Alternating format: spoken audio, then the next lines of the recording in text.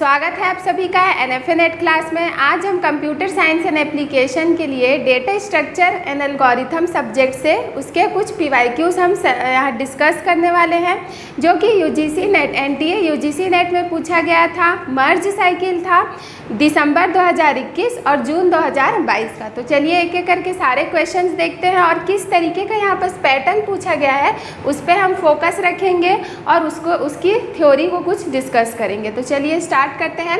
पहला क्वेश्चन जैसा कि आप सभी देख रहे हैं कि ये मैच द फॉलोइंग है और किससे रिलेटेड है, तो एल्गोरिथम्स हमें कुछ नाम दिए हैं एल्गोरिथम के और साथ में हमें उसकी क्या दिया है, कॉम्प्लेक्सिटी दिया है, रनिंग टाइम का कॉम्प्लेक्सिटी दिया, उसे हमें मैच करना है। ठीक है, तो साथ ही में हम देखते जाते हैं कि होता क्या है। ये जो एल्गोरिथम के नाम है एक शॉर्ट में, तो जैसे कि आप सभी को पता है, जो पहला दिख रहा है हम लोग को ब्रेथ फर्स्ट सर्च जिसको बोला जा रहा है, जिसे हम BFS के नाम से भी जानते हैं। और वो कैसे वर्क करता है, तो वो लेवल वाइज लेवल क्या करता है, सारे नोड को ट्रैवर्स करता है, फिर नेक्स्ट लेवल में जाएगा और सारे नोड को ट्रैवर्स करेगा। मतलब ट्रैवर्सिंग उसकी कैसी होती है, लेवल वाइज लेवल रहती है। वहाँ पर हमें क्या क्या देखने को मिलता है, वर्टाइसेस रहते हैं और उसके एजेस रहते हैं। ठीक है, तो हमें हर वर्टाइसेस में क्या करना है, ट्रैवर्स करना है। तो उसके लिए टाइम कितना लग जाएगा, तो ऑर्डर ऑफ V+E की बात होगी। यहाँ पर किसकी लग जाएगी, ऑर्डर ऑफ V+E की बात रहेगी।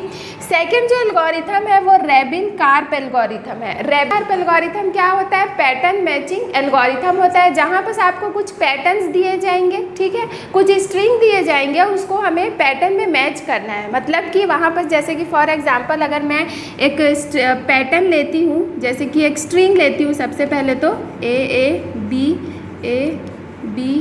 A इस तरीके का मैंने लिया, एक स्ट्रिंग लिया है और मुझे एक पैटर्न मैच करना है। ठीक है, तो उसका जो हम पैटर्न मैच करेंगे उसकी वैल्यू क्या होनी चाहिए, हमेशा इस स्ट्रिंग से लेस देन होनी चाहिए या फिर इसके इक्वल होनी चाहिए। जैसे मान लीजिए मैं BA का क्या करना चाहती हूँ, मैच करना चाहती हूँ, तो BA जैसे कि हम देख रहे हैं यहाँ पर एक यहाँ पर है और एक यहाँ पर है। क्लियर है, तो जो हमने पैटर्न हमें क्या करना था, इस पैटर्न को मैच करना था इस स्ट्रिंग से, तो उसमें कितना टाइम लग रहा है वो हमें बताना था। और हमेशा याद रखिएगा यहाँ पर पैटर्न जब हम मैच करते हैं तो उसके आंसर्स कैसे देते हैं, उनके लोकेशन पे देते हैं। जैसे कि ये 0 पे लोकेशन पे है, ये 1 पे है, ये 2 पे है, इस तरीके से ये सब चलते जाएगा। तो हम बताएंगे कि पैटर्न कैसे मैच हो रहा है, तो लोकेशन नंबर 2 की बात हो रही है, 2 से मैच हो रहा है और एक क्या हो रहा है, 4 से मैच हो रहा है। क्लियर है, तो यहाँ पर जो होता है वो रेबिन-कार्प एल्गोरिथम होता है। तो इसका जो कॉम्प्लेक्सिटी आएगा वो क्या आ जाएगा, ये थीटा n-m-1 इंटू m की बात हो रही है। इस थीटा को हम इस तरीके से भी शो करते हैं। ठीक है, क्लियर है।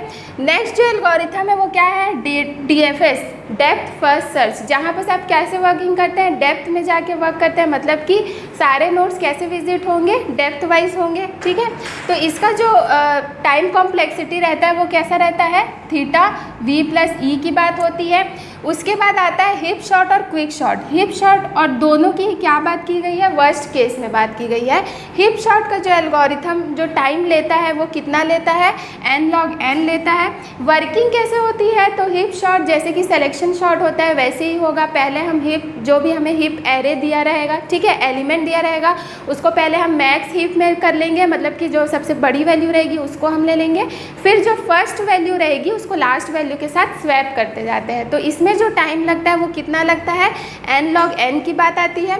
लास्ट जो यहाँ एल्गोरिथम पूछा गया है क्विक शॉट, जिसका क्या हो जाएगा, तो इसका हो जाएगा n का स्क्वायर होगा। मतलब कि यहाँ पर क्या होता है, कैसे होता है, जो हमें एरे दी जाती है, एक लार्ज एरे मिलता है, उसको हम लोग सब इस एरे में क्या करते हैं, डिवाइड कर देते हैं। एक पाइवोट वैल्यू रहती है, उसके अकॉर्डिंग सारे एलिमेंट्स क्या होते हैं, लेफ्ट साइड में जो छोटे वैल्यू होंगे पाइवोट वैल्यू के अकॉर्डिंग वो लेफ्ट साइड में जाते हैं और जो बड़े रहते हैं वो राइट साइड में जाते हैं। तो इसका जो आंसर होगा फिर उस हिसाब से क्या आ जाएगा, सी वाला ऑप्शन आ जाएगा, A का सेकेंड, B का थर्ड, इस तरीके से। क्लियर है, तो ये कुछ एल्गोरिथम्स थे जिसके हमें टाइम कॉम्प्लेक्सिटी हमें याद रखना है और वो कैसे वर्क कर रहा है। और साथ ही में इसके आप स्पेस कॉम्प्लेक्सिटी को भी याद रख लीजिए, क्योंकि अब डिफ़िकल्टी वो बढ़ा रहा है तो वो भी पूछ सकता है, तो हमें उससे रिलेटेड सारी चीज़ों को रेडी रखना है।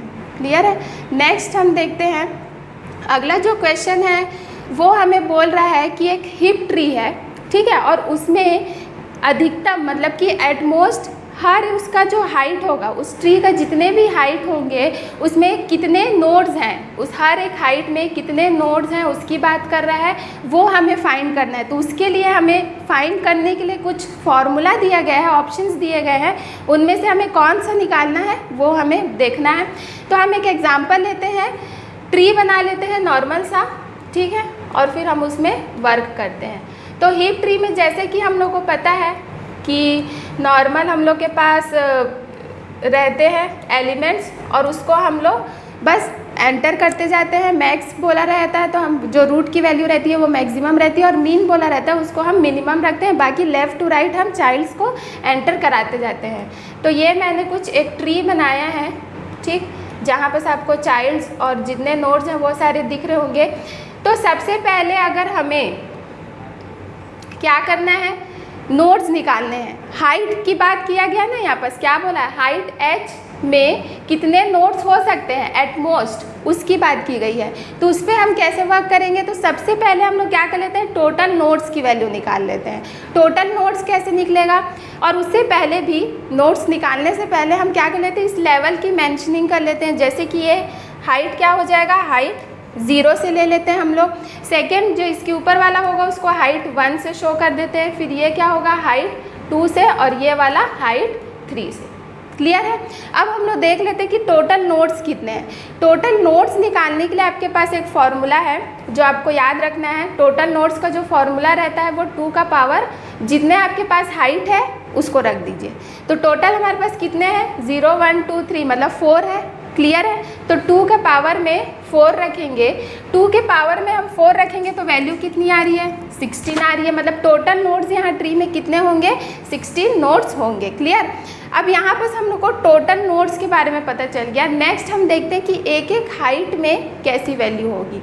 तो जैसे कि हम एक एक ऑप्शन में रख के देखते हैं। सबसे पहले हम ए ऑप्शन को ही लेते हैं। ए ऑप्शन में जैसे आपको दिख रहा है कि n/2 का पावर h+1 ये है। n की वैल्यू आपको पता चल गई है, क्या है ये, टोटल नोड्स की value. Total number of nodes कितने हैं ट्री में उसकी बात की गई है। तो मतलब कि 16/2 का पावर। अब h की जगह में आपको क्या रखना है, हर एक हाइट का नोड पूछा है हम लोग को। मतलब हम हाइट 0 में कितने नोड है वो हम अलग से बताएंगे, फिर 1 में कितने हैं, 2 में कितने हैं, वो सारी चीज़ों को। ठीक है। तो यहाँ पर क्या होगा, h की वैल्यू हम 0 रख लेते हैं क्योंकि हम हाइट 0 के नोड निकाल रहे हैं, +1। तो इसको सॉल्व करने से क्या हो जाएगा, 16/2 का पावर 1 यानी 2, और ये कितने हो जाएंगे, 2 8 जा 16 मतलब 8। तो हाइट 0 में कितने नोड्स आएंगे, 8 बोल रहा है। तो जैसे कि यहाँ पर हम देख रहे हैं 2 2 4 2 6 2 8। क्लियर है। उसी तरीके से आप हाइट 1 की वैल्यू निकालो। हाइट 1 की वैल्यू में क्या हो जाएगा, 16/2 का पावर, यहाँ पर क्या हो जाएगा 1 + 1 मतलब कि 16/2 का पावर 2, और ये क्या हो जाएगा 16/4। क्लियर है। और इसको जब आप वैल्यू निकालेंगे तो कितना आ जाएगा, 4 आ जाएगा। जैसे कि आपको दिख रहा है हाइट 1 में 4 है। उसी तरीके से आप हाइट 2 में h की वैल्यू को 2 रख के देखिए और उसके बाद फाइंड करिए। तो इस तरीके से आपको हीप ट्री में हर एक हाइट में एटमोस्ट कितने नोड्स मिलेंगे वो हम फाइंड कर सकते हैं। तो जैसे कि हमारा जो पहला ही ऑप्शन है वो क्या होने वाला है, सही होने वाला है, क्योंकि हमने उसको रख के देखा और उसने हमें सही आंसर दिया। इसका मतलब बाकी सब तो क्या हो जाएंगे, एलिमिनेट ही हो जाएंगे। तो आंसर क्या आने वाला है, ऑप्शन ए। अगले क्वेश्चन की तरफ चलते हैं। नेक्स्ट जो क्वेश्चन है वो हम लोग को पूछ रहा है कि क्विक शॉट जो एल्गोरिथम है वो कौन सा डिज़ाइन अप्रोच का यूज़ करता है।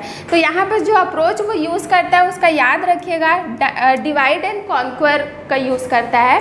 जहाँ पर वो क्या करता है, जो एक हमें एरे दी जाती है लार्ज एरे, उसको वो डिवाइड करता है स्मॉल एरे में, ठीक है, सब एरे में, और फिर उसको क्या करता है, एक पाइवोट वैल्यू सेट करता है और उसके अकॉर्डिंग जो छोटी वैल्यू रहती है उसको लेफ्ट साइड और जो बड़ी वैल्यू रहती है उसको राइट साइड में रखता है। और फिर एक एक करके जब तक वो सारे शॉर्ट नहीं हो जाते उनको उसी तरीके से डिवाइड की जाएगी।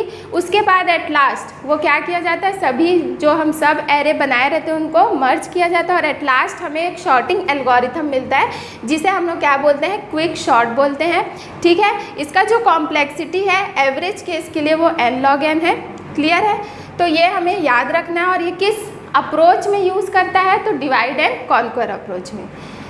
नेक्स्ट जो क्वेश्चन है वो हमें हैशिंग से पूछा गया, ठीक है। हैश टेबल, हैश फंक्शन का यूज़ करके हमें बताना है और कुछ इंडेक्सिंग दी है, उसमें हम एलिमेंट्स को रखना है। इतना बड़ा क्वेश्चन पढ़ने की ज़रूरत नहीं है, हम की पॉइंट्स को देखते हैं, मैं आपको बताती हूँ और फिर हम सॉल्व करते हैं। आपको हैश टेबल दिया गया है, साइज़ कितने का 11, जिसकी इंडेक्सिंग आपको दिख रही है 0 से 10। क्लियर है। इंडेक्सिंग उसकी कैसे गई है 0 से 10, क्योंकि हम लोग को इंडेक्सिंग से ही बताना है कि वो एलिमेंट कौन से इंडेक्स में जाएगा, ठीक है। तो ये अब यहाँ पर क्या बोला है कि ओपन एड्रेसिंग है with linear probing. Linear probing मतलब कि हमें लीनियरली चलना है, ठीक है, सिक्वेंशियली चलना है, उसका अकॉर्डिंग चलना है। बोल रहा है लेट एच ऑफ के, जो फंक्शन दिया है हम लोग को वो क्या दिया है, के मॉड 11 की बात की गई है। के की जगह आपको क्या रखना है, की रखना है, और मॉड 11 से मॉड करना है। क्लियर है। उसके बाद बोल रहा है कि आपको जो मेन है, जो कीज़ हैं अलग अलग, वो हमें दिया गया है इस तरीके से पूरा 14 तक। अब इसी को हमें इंसर्ट करना है। क्वेश्चन क्या पूछ रहा है कि index of the bin into which last record is inserted. Last record कहाँ इंसर्ट होगा उसकी बात कर रहा है। तो हम लोग इसको नेक्स्ट उसमें लेके चलते हैं। यहाँ पर मैंने कुछ इम्पॉर्टेंट चीज़ रख दिया है, जैसे कि आप लोग देख रहे हैं। तो और यहाँ पर मैंने कुछ टेबल भी रख दिया। अगर मैं इसको इंडेक्सिंग करना चाहूँ तो ये किस तरीके से जाएगा, ये 0 रहेगा, ठीक है। यहाँ पर हम इंडेक्सिंग कर लेते हैं, 0 से स्टार्ट करते हैं, तो ये क्या हो जाएगा, 0 होगा, ये 1, ये 2, 3, 4, 5, 6, 7, 8, 9, 10। क्लियर। 0 से 10, 11 साइज बोला था हमें। अब हम लोग क्या करते हैं, एक एक करके इस की के जगह पे हम इन की को रखेंगे और उनके साथ मॉड 11 करेंगे। मॉड का वैल्यू मतलब क्या होता है कि जो रिमाइंडर होता है, जो शेषफल होता है, उसको हमें, उस की को हमें उस इंडेक्स पे रखना है। तो सबसे पहले क्या है 43, तो 43 मॉड 11 इस तरीके से है, ठीक है। अब 43 को 11 से डिवाइड करो, क्या आ जाएगा, सबसे पहले 33 से जाएगा, ठीक। उसके बाद फिर यहाँ क्या बच जाएगा, 10 बच जाएगा। रिमाइंडर क्या बचा, 10 बचा। मतलब कि क्या होगा, इसका जो वैल्यू आया वो क्या हुआ, 10 आया। हमें याद रखिएगा रिमाइंडर को लेना है, शेषफल को लेना है। और 10 मतलब कि हम इंडेक्सिंग नंबर 10 पे क्या करेंगे, 43 को रखेंगे। तो इंडेक्सिंग नंबर 10 क्या है, ये है। और यहाँ पर जो की आएगा वो क्या आएगा, 43 आएगा। उसी तरीके से जब हम 36 का करेंगे तो यहाँ पर क्या होगा, 36 मॉड 11। तो यहाँ पर जब हम 36 मॉड 11 करेंगे तो कितना बच जाएगा, रिमाइंडर 3 बचेगा। क्लियर है। तो मतलब 36 कौन से इंडेक्सिंग नंबर पे जाएगी, 3 नंबर पे जाएगी। तो यहाँ अब आपको समझ में आ रहा होगा, जो हम मॉड वैल्यू निकाल रहे हैं, रिमाइंडर वैल्यू निकाल रहे हैं, उसी के ही इंडेक्स में हमें वो की को डालना है। फिर क्या है 92, तो 92 मॉड 11 करना है। इसको करोगे तो क्या होगा, 11 8 जाएगा, ठीक है, 88। और फिर यहाँ पर 4 बच जाएगा, रिमाइंडर 4 बचा। तो ये मतलब कि इंडेक्सिंग नंबर किस में जाएगा, 92 4th इंडेक्सिंग नंबर पे जाएगा। नेक्स्ट फिर हम देखेंगे 57। तो 57 के लिए जब हम लोग डालेंगे 57 मॉड 11, तो यहाँ कैसे जाएगा, 5 जा 55 और 2 बचेगा रिमाइंडर। क्लियर है। तो 57 कहाँ जाने वाला है, 2 में। नेक्स्ट फिर क्या है 11, तो 11 मॉड 11 करोगे तो कितना आ जाएगा, 0 आएगा रिमाइंडर, ठीक है। तो 0 पे कहाँ कौन डलेगा, 11 की डलेगा। फिर 47 की बात करेंगे तो 47 मॉड करोगे आप, 47 मॉड 11, तो 11 4 जा 44, 3 आएगा। क्लियर है।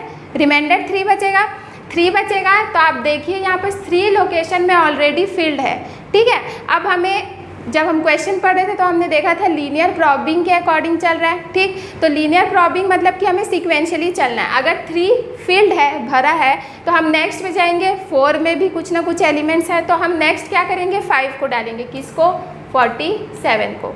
किस में गया, 5 में गया। उसी तरीके से 11, फिर से 11 का मॉड 11 करोगे तो 0 ही आने वाला है, क्लियर है। और 0 में ऑलरेडी 11 एक है तो वो कहाँ जाएगा, नेक्स्ट वाला 11 1 में जाएगा। क्लियर। उसी तरीके से 13 को जब निकालोगे तो 11 1 से 11 12 13 मतलब कि 2, ठीक है। और 2 में ऑलरेडी क्या है 57 है तो ये 13 अब नेक्स्ट कौन सा खाली है स्पेस हमें यहाँ आ जाएगा 6 में। 13 के बाद लास्ट 14 को करोगे तो 11 1 से 11 12 13 14 3 आ रहा है मतलब कि 3। अब 11 14 मॉड 11 करने से कितनी आ रही है वैल्यू 3 आ रही है। 3 ऑलरेडी भरी है मतलब कहाँ जाएंगे हम लोग 7 पे जाएंगे मतलब 14 कहाँ रखाएगा 7 पे रखाएगा। और हमें क्वेश्चन में क्या पूछा था, इसी का ही पूछा था कि जो लास्ट रिकॉर्ड होगा, लास्ट रिकॉर्ड जो कि क्या है 14th नंबर है, वो कौन से लोकेशन में जाएगा। तो जैसे कि आपको दिख रहा है कौन से लोकेशन में जा रहा है 7 नंबर पे, मतलब इसका आंसर क्या होने वाला है 7 होगा। एक बार हम ऑप्शंस में देख लेते हैं, ऑप्शन बी, जो ऑप्शन बी है वो सही होगा। क्लियर है। तो इसको आपने देखा कि हैशिंग टेबल बहुत इंपॉर्टेंट क्वेश्चन है, इसके भी अलग अलग टाइप से क्वेश्चन पूछता है।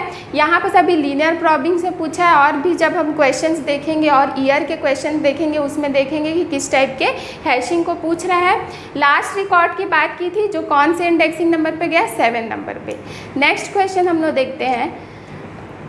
यहाँ पर हमें बोला गया है एक ट्री दिया गया है, ठीक है, और उस ट्री में हमें क्या करना है पोस्ट ऑर्डर करना है। क्या बनाना है पोस्ट ऑर्डर बनाना है। तो पोस्ट ऑर्डर बनाने के लिए आपको दिया गया है कुछ गिवन डेटा दिया गया है, क्या क्या प्री ऑर्डर दिया है और इन ऑर्डर दिया है। क्लियर है। प्री ऑर्डर, इसके लिए आपको याद रखना है कि जो प्री ऑर्डर होता है, pre order in, okay short में लिख देती हूँ इन, और ये क्या है पोस्ट। तो इनके लिए हमें पता होना चाहिए कि हम जब ट्री में कैसे ट्रैवर्स करते हैं। जब हम प्री की बात करते हैं तो सबसे पहले क्या आएगा रूट आएगा, ठीक, उसके बाद फिर लेफ़्ट, उसके बाद फिर राइट की बात होगी। तो मैं राइट को RG से लिख रही हूँ, रूट को R से लिख रही हूँ, कंफ्यूज नहीं होना। नेक्स्ट इन की बात होता है, इन पहले लेफ़्ट फिर रूट और उसके बाद फिर राइट। फिर किसकी बात होती है पोस्ट की, तो पहले क्या आ जाएगा लेफ्ट राइट और उसके बाद रूट। क्लियर है। मतलब कि पोस्ट में रूट कहाँ होगा लास्ट में होगा, लास्ट ट्रैवर्स करेंगे हम लोग, और प्री में सबसे पहले रूट को ट्रैवर्स करेंगे और इन में बीच में होता है, मिडिल में होता है रूट। क्लियर है। अब यहाँ पर आपको कुछ दिया गया है ना, प्री का दिया है इन का दिया है। क्लियर है। प्री में हमें पता है कि जो पहला अल्फ़ाबेट है, जो भी पहला एलिमेंट है वो ही क्या होने वाला है रूट होने वाला है, क्योंकि हमें पता है कि हम कैसे उसको लेते हैं रूट लेफ्ट राइट। तो सबसे पहले आपको दिख रहा है क्या ए, ठीक है, ए दिख रहा है हम लोग को। तो हम क्या करेंगे ए को स्कैन करेंगे। कहाँ स्कैन करेंगे तो इस इन ऑर्डर में देखेंगे। क्लियर है। इन ऑर्डर में हम ए अल्फ़ाबेट को देखेंगे। तो ए अल्फ़ाबेट कहाँ है यहाँ पर है। जब हम ट्री बनाने जाएंगे तो ये ए सबसे पहले क्या बनने वाला है ए रूट आएगा, ठीक, क्योंकि हमें पता है कि प्री ऑर्डर में जो पहला एलिमेंट होता है वो रूट होता है। नेक्स्ट हमने देखा कि इन ऑर्डर में ए हमारे पास यहाँ पास है। अब इसके जो लेफ़्ट साइड में रहेंगे एलिमेंट्स वो लेफ़्ट ट्री में जाएंगे, left sub tree, right side जो रहेंगे वो राइट सब ट्री में जाएंगे। यहाँ पर जैसे कि हम लोग को दिख रहा है लेफ़्ट में तो है लेकिन राइट में नहीं है, इसका मतलब राइट सब ट्री नहीं बनेगा, सिर्फ क्या बनेगा लेफ़्ट सब ट्री हम लोग बनाते हैं। तो सबसे पहले आप तो जो है एलिमेंट्स उनको ले लीजिए। तो यहाँ पर क्या क्या बच गया, ए को हमने लिया तो बचा क्या गया E I C F J B G D K H L, यहाँ तक है। ए को तो हमने ले लिया। अब हमें क्या देखना है नेक्स्ट, हम फिर से देखेंगे क्या प्री में कौन सा एलिमेंट है बी। अब उस बी को हम यहाँ स्कैन करेंगे, मतलब अब नेक्स्ट जो रूट है वो क्या बनने वाला है बी बनने वाला है। कौन सा है ये है बी, मतलब कि यहाँ क्या बन गया रूट बी बन गया। क्लियर है। बी बन गया। अब जैसे कि मैंने यहाँ बोला था बी का जो लेफ़्ट है वो लेफ़्ट साइड जाएगा, लेफ़्ट सब ट्री, और जो राइट है वो राइट साइड जाएगा। तो जैसे हमने बी के इस साइड वाले को यहाँ लिख दीजिए E I C F और J, और इस साइड लिख दीजिए राइट साइड वाले को, G, D, K, H और N। क्लियर है। नेक्स्ट एलिमेंट क्या है? C। C कहाँ पर है? यहाँ ये वाला है, ठीक है। तो नेक्स्ट रूट क्या बनने वाला है? C बनेगा। अब C के इस साइड वाला क्या आ जाएगा? E और I बच गया, क्लियर। और इस साइड वाला F और J बच गया। C के बाद E, E को फाइंड कर लो। E यहाँ पर है, मतलब कि नेक्स्ट रूट क्या बनने वाला है? E। अब E के राइट साइड में I है, मतलब I कहाँ जाने वाला है? राइट साइड में। क्लियर है। इधर वाला सब हो गया। उसके बाद देखो I हमने ट्रैवर्स कर लिया। अब नेक्स्ट किसकी टाइम है? F के टाइम है, मतलब कि F यहाँ पर क्या बनेगा? रूट। और ये भी कैसा है? F के बाद J है, J कहाँ जाएगा? उसके राइट में, मतलब ये यहाँ पर आ गया। क्लियर। नेक्स्ट अब इधर का बचा, तो J के बाद D। D कहाँ पर है? ये है। तो नेक्स्ट यहाँ क्या बनने वाला है? D। और D के जस्ट लेफ्ट साइड में देखिए कौन है? सिर्फ एक ही है, G। तो उसको तो हमें सीधा लिख देने का है। क्लियर। नेक्स्ट उसके बाद वाला इधर क्या क्या आ जाएगा? तो K, H और L बचा। G को हमने ट्रैवर्स कर लिया। H के लिए बनाते हैं, H है यहाँ पर, तो H। और इस साइड ऑब्वियस सी बात है एक एक एलिमेंट है, तो एक आ जाएगा लेफ्ट साइड और एक आ जाएगा राइट साइड। इस तरीके से हमारा जो है वो पूरा ट्री बन गया है। हमने सारे जो भी एलिमेंट्स थे उसको हमने नोट्स के तरीके पे लिख दिया। किसके अकॉर्डिंग है? ये ट्री के अकॉर्डिंग है, ठीक है। अब हमें क्या करना है? पोस्ट निकालना है ना हमें, तो आंसर पोस्ट निकालना है। और पोस्ट के लिए हमने देखा है लेफ़्ट, राइट और रूट होना चाहिए। तो हम ट्रैवर्स कैसे करेंगे? पहले लेफ़्ट, फिर राइट, फिर रूट। क्लियर है। अब देखो यहाँ पर कुछ नहीं है, मतलब मैं ऐसे बना सकती हूँ ताकि आपको कन्फ्यूजन ना हो, ठीक है। लेफ्ट में कुछ है क्या? नोड नहीं है, एलिमेंट। अब कहाँ जाना है हम लोग को? राइट जाना है। I सबसे पहले क्या आया? I। ऑप्शन में देख लो, सबसे पहले I एक ही जगह दिख रहा है। कौन सा? Option D। I के बाद फिर कहाँ जाएंगे? उसके रूट पे, तो E। उसके बाद फिर वैसे तो हमें ऑप्शन मिल गया, आंसर क्या आने वाला है? D आंसर ही आने वाला है। एक बार मैं आपको ट्रैवर्सिंग का तरीका बता देती हूँ, जिनको याद नहीं है वो याद हो जाएगा, और जिनको है वो तो अच्छी बात है। I, उसके बाद E, उसके बाद कहाँ जाएंगे? फिर से उसका लेफ्ट कुछ नहीं है, तो क्या है? राइट। अब J, तो E के बाद J, J के बाद हम कहाँ जाएंगे? उसके रूट पे F। फिर ये लेफ्ट सब ट्री हो गया, ये राइट सब ट्री हो गया। अब हम कहाँ जाएंगे? रूट में जाएंगे, तो C आ गया। क्लियर है। फिर हम कहाँ जाएंगे? इस रूट को नहीं लेंगे, इसका राइट सब ट्री बचा है अभी पूरा, तो राइट का इस पूरे में का सबसे पहले कौन ट्रैवर्स होगा? G होगा, क्योंकि वो लेफ्ट साइड है, तो ये G हो गया। उसके बाद फिर इसका राइट साइड कुछ नहीं है, मतलब नीचे वाले का जाएंगे हम लोग लेफ्ट, तो K। फिर उसका राइट L, फिर उसका रूट H, फिर ये वाला जो रूट था D उसको हमने लिया, फिर जो मेन रूट था B, और उसके बाद जो टॉप मोस्ट रूट था उसको हमने लिया A। क्लियर है। तो इस तरीके से ट्रैवर्सिंग होगी, वो ऑर्डर हमें याद रखना है, और इस तरीके से जब दिया रहेगा तो हम कैसे फाइंड करेंगे वो हमें आना चाहिए। क्लियर है। तो यहाँ पर ये जो क्वेश्चन था वो ट्री बनाने के लिए था कि पोस्ट ऑर्डर कैसे बनाया जाता है। नेक्स्ट यहाँ जो अगला क्वेश्चन है वो हम लोग को एसिम्प्टोटिक नोटेशन से पूछ रहा है। क्लियर है। एसिम्प्टोटिक नोटेशन पे यहाँ पर पूछ रहा है कि कुछ हमें कौन सा करेक्ट है बोल रहा है। 4 ऑप्शन दिए, कौन से करेक्ट है। तो यहाँ पर हमें दिया गया f of n equals to order of g of n and g of n equals to order of h of n। तो फिर f of n equals to small omega है, ठीक है, इसको भी ओमेगा से डिनोट करते हैं, h ऑफ n। तो यहाँ पर देखिए इसका जो आंसर होने वाला है वो आंसर होगा आपका थर्ड। क्लियर है। थर्ड इसलिए होगा क्योंकि वो ट्रांजिटिव रूल को फॉलो कर रहा है, इनमें से बाकी ऑप्शन नहीं कर रहे हैं। जो थर्ड ऑप्शन है वो आपको ट्रांजिटिव रूल को फॉलो कर रहा है। ट्रांजिटिव रूल क्या बोलता है? ट्रांजिटिविटी रूल, जैसे अगर x y है, y z है, तो हमें क्या मिलना चाहिए? x और z मिलना चाहिए। क्लियर है। उसी तरीके से अगर हम थर्ड वाले को देखें तो f of n equals to order of g of n है, and g of n equals to order of h of n है।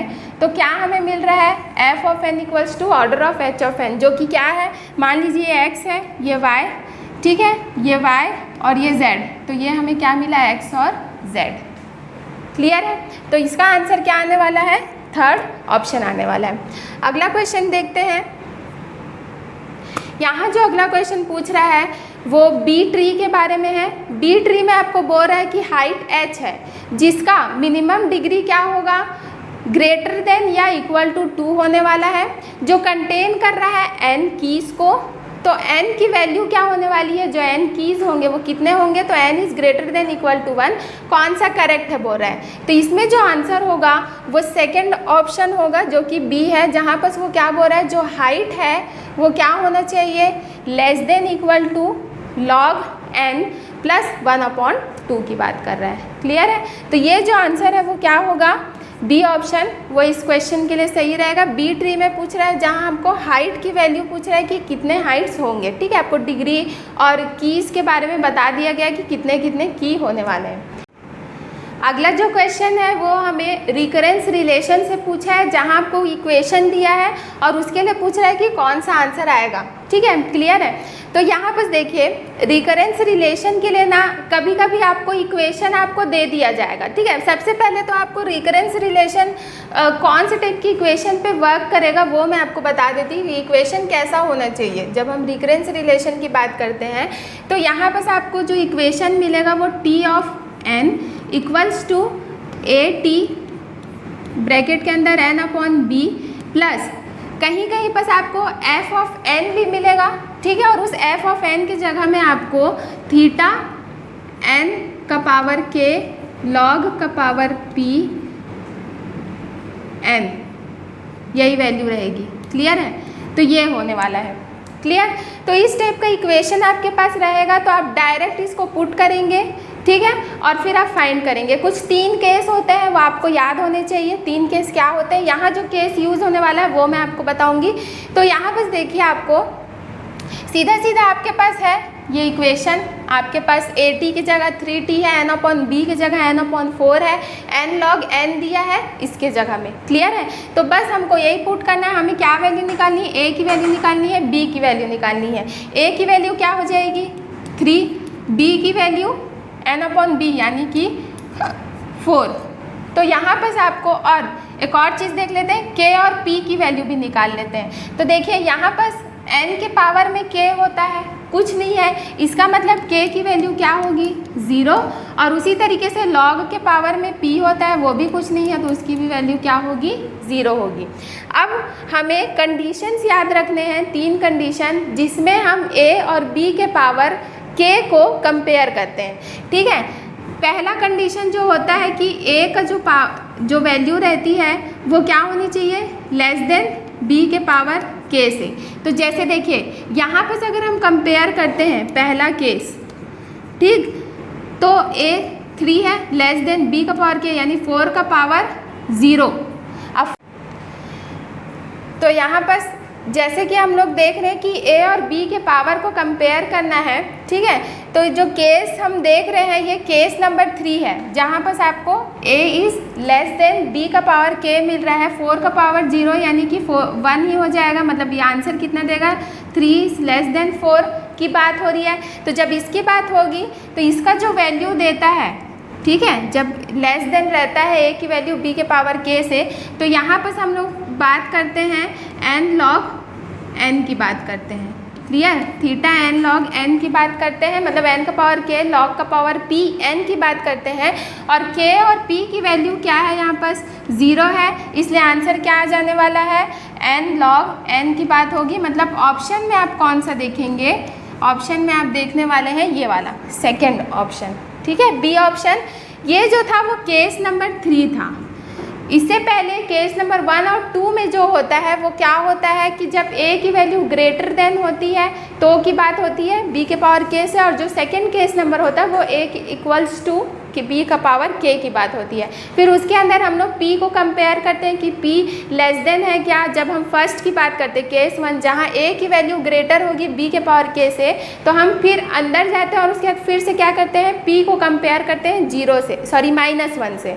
तो अगर -1 से बड़ी रहेगी तो हम इस तरीके से एक फंक्शन को लेते हैं, इक्वल रहती है तो हम लेते हैं, और ग्रेटर छोटी रहेगी तो हम लेते हैं। फिर उसी तरीके से जो सेकेंड केस होता है इक्वल की बात होती है, वहाँ पर हम लोग p की वैल्यू को 0 से कंपेयर करते हैं, जहाँ ग्रेटर देन की बात होती है और जहाँ लेस देन इक्वल टू की बात होती है। क्लियर है? तो यहाँ जो है ये केस, वो केस नंबर 3 का है और केस नंबर 3 में हमें एक ही बात बताया गया कि अगर लेस देन होगी तो हमें ये वाला आंसर लेना है। इसलिए इसका मतलब क्या हुआ कि जो आंसर है वो क्या होगा, थीटा n log n होगी। अगर वहाँ n k और p की वैल्यू कुछ दी रहती तो हम पुट करते, लेकिन नहीं है इसलिए वो 0 है और बाकी फिर जो आंसर है वो आप देख रहे हैं। नेक्स्ट जो क्वेश्चन है वो है, आपको स्टेटमेंट वाइज क्वेश्चन पूछा गया है और यहाँ पर आपको पूछ रहा है कि अप्रॉक्सीमेशन एल्गोरिथम का क्वेश्चन पूछा है। ठीक है, उसका स्टेटमेंट दिया है, उसे हमें बताना है कि वो सही है कि नहीं है, इस तरीके से। तो जैसे कि आप पहला स्टेटमेंट देख रहे हैं, वर्टेक्स कवर की बात हो रही है। Vertex cover is a polynomial time two approximation algorithm. जो वर्टेक्स कवर है उसका polynomial time two approximation algorithm जो है उसको हम टू अप्रॉक्सीमेशन एल्गोरिथम बोलते हैं। तो क्या ये सही है? और दूसरा पूछ रहा है स्टेटमेंट टू TSP टूर, मतलब ट्रैवलिंग सेल्समैन प्रॉब्लम की बात कर रहा है, जिसका पॉलिनोमियल टाइम को हम 3 अप्रॉक्सीमेशन एल्गोरिथम बोलते हैं। जो ट्रैवल करता है सेल्समैन प्रॉब्लम, जो कि क्या फॉलो करेगा, ट्रायंगल इनइक्वालिटी की बात करेगा। क्लियर है? तो यहाँ पर हम देखते हैं सबसे पहले वर्टेक्स कवर को। वर्टेक्स कवर को देखने के लिए हम एक एग्जाम्पल के थ्रू समझेंगे। उससे पहले हम डेफिनेशन देख लेते हैं कि वर्टेक्स कवर का डेफिनेशन क्या होता है। A vertex cover of an undirected graph is a subset. एक वर्टेक्स कवर है जो अनडायरेक्टेड ग्राफ होगा, वो क्या है, सबसेट है of a vertices that for every edge UV में जो एज होंगे of the graph, either U और V is in the vertex cover.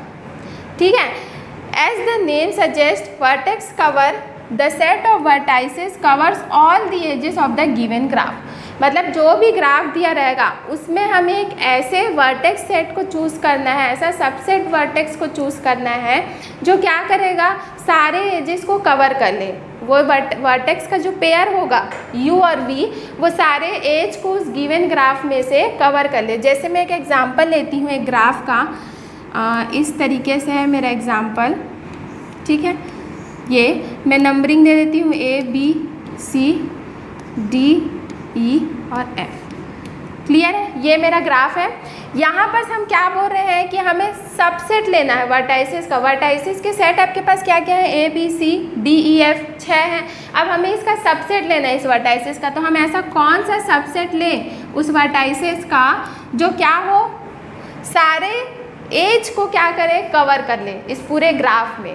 तो अब देखिए, जैसे अगर मैं AB को लेती हूँ, AB वर्टेक्स को मैं लेती हूँ, तो कौन कौन से ग्राफ, मतलब उसमें कौन कौन से एजेस वो कवर करेगा, जिसका टर्मिनल का वर्टेक्स या तो A होना चाहिए या तो B होने चाहिए, वो वाले एजेस आ जाएंगे, वो कवर हो जाएंगे। जैसे कि ये वाला एज कवर होगा, ये वाला एज, ये वाला एज और ये वाला एज। बाकी जहाँ पर मैंने ऐसे लाइन नहीं खींचा है, ठीक है, क्रॉस नहीं किया, वो नहीं कवर हो रहे हैं, मतलब सारे एज कवर नहीं हो रहे हैं। हमें क्या करना है, सारे एज को कवर करना है। तो हम AB वाला तो नहीं ले सकते। दूसरा देखते हैं, अगर मैं BE वाला ले लूँ वर्टेक्स, ठीक है, तो यहाँ पर हम देखते हैं, मैं ये वाला वर्टेक्स ले रही हूँ ना, मतलब B और E सबसेट मैंने ले लिया वर्टाइसेस का, B और E वर्टाइसेस। अब हमें हर एक एज जो इससे कनेक्टेड है, या तो उसका टर्मिनल B होना चाहिए यानी वर्टेक्स, या फिर क्या होना चाहिए, E होने चाहिए। तो जैसे इस वाले एज का है, कैंसिल हो जाएगा, B वर्टेक्स, इसका भी क्या होगा, कवर हो गया। फिर ये वाला तो कवर होना ही है, इसमें भी क्या है, टर्मिनल B है, इसमें भी टर्मिनल B है। अब रही बात E, हमने E भी लिया है तो ये वाला एज भी चला जाएगा, ये वाला एज भी और ये वाला एज भी। मतलब हमने देखा कि जो वर्टेक्स कवर में जब हमने ऐसे सबसेट लिए वर्टाइसेस के, ठीक है, वो क्या किया, सारे जितने भी एजेस हैं उनको कवर कर लिया। जब हम AB ले रहे थे तो वो कवर नहीं कर रहा था, लेकिन जब हमने BE लिया तो उसने कवर कर लिया सभी एज को। इसका मतलब ये जो है वो क्या है, वर्टेक्स कवर है। ये vertex cover, actual vertex cover की बात कर रही, वर्टेक्स कवर एल्गोरिथम। हमें स्टेटमेंट में क्या पूछा है, अप्रॉक्सीमेशन पूछा है कि क्या हम इसे ट्वाइस या डबल अप्रॉक्सीमेशन एल्गोरिथम बोल सकते हैं। वो कैसे फाइंड करेंगे, इसी एग्जांपल में मैं बताती हूँ कि कैसे करना है। जैसे देखिए, अब मुझे क्या करना है, उन सभी वर्टेक्स को लेना है जो क्या करे, कवर कर ले, ठीक है, सभी वर्टेक्स को जो सब एजेस को कवर कर ले। जैसे कि अगर अब मैं लूँ तो हमने जब ए बी लिया था, स्टार्टिंग से मैं स्टार्ट करती हूँ कलर चेंज करके, हमने क्या लिया, जब ए बी लिया था तो ए बी में कौन कौन से वर्टेक्स एज कवर किए थे, ये वाला एज हुआ था कवर, ये वाला एज कवर हो गया था, ये वाला और ये वाला। क्लियर है। नेक्स्ट हम एक और ऐसा कुछ वर्टेक्स ले लेते हैं, ठीक है, जो क्या करेगा, बाकी जितने एजेस हैं उनको कवर कर ले। तो जैसे कि हम ले लेते हैं क्या, ये हो गया था, हम ले लेते हैं ई और एफ को ले लेते हैं। तो मैं अगर ई और एफ को लूँगी, ठीक है, ई और एफ को लूँगी मतलब ये वाला, तो ये वाला एज कवर हो गया, ये वाला एज भी कवर हो गया और ये वाला एज भी कवर हो गया, मतलब सारे एजेस क्या हो गए, कवर हो गए। और यहाँ हम जब देख रहे हैं तो हमारे पास जो वर्टाइसेस के सेट आए हैं, सबसेट आए हैं, वो कितने आए हैं, 4, और जो एक्चुअल वाला था वो कितना था, 2। मतलब कि एक्चुअल वर्टेक्स कवर से जो अप्रॉक्सीमेशन एल्गोरिथम है वो क्या लेके आ रहा है, डबल लेके आ रहा है, ट्वाइस लेके आ रहा है वर्टाइसेस का सेट, इसलिए इसको क्या बोला जाता है, वर्टेक्स कवर एल्गोरिथम को 2 अप्रॉक्सीमेशन एल्गोरिथम। इसे ही आप डबल अप्रॉक्सीमेशन एल्गोरिथम के नाम से भी बोल सकते हैं, ठीक है, जाना जाता है, और ट्वाइस के नाम से भी जाना जाता है।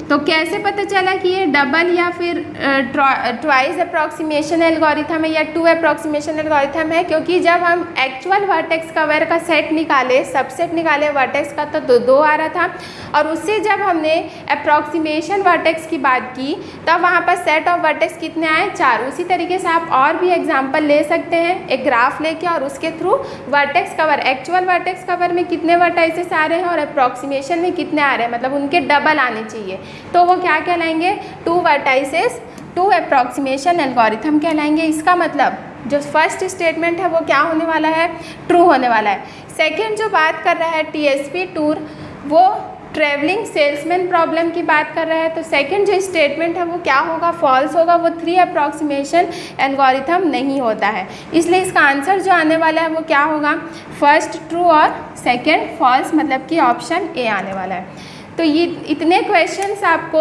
मर्ज साइकिल में पूछा गया था, 21-22 के टोटल 9 क्वेश्चन है, जहां हमने देखा कि एक नया टाइप का पैटर्न दिखा, वर्टेक्स कवर अप्रॉक्सीमेशन एल्गोरिथम से रिलेटेड पूछा था, जो ट्री के बारे में पूछा था, जहां पर आपको हर एक हाइट में कितने नोड्स हैं उनकी बात की गई थी इस तरीके से, और हैशिंग, जो हैशिंग फंक्शन दी गई थी, इंडेक्सिंग में कौन से रिकॉर्ड आने वाले हैं उसमें क्वेश्चन पूछा जाता है, वो ट्रेंडिंग है, बहुत ही पूछता है उसमें। तो आप ये सारे क्वेश्चंस को प्रैक्टिस करते रहिए, ठीक है, अगले बार के एग्ज़ाम के लिए तैयारी जारी रखिए। तो आज का वीडियो अगर आपको पसंद आया होगा तो लाइक, शेयर और कमेंट ज़रूर करें और सब्सक्राइब करना ना भूलें।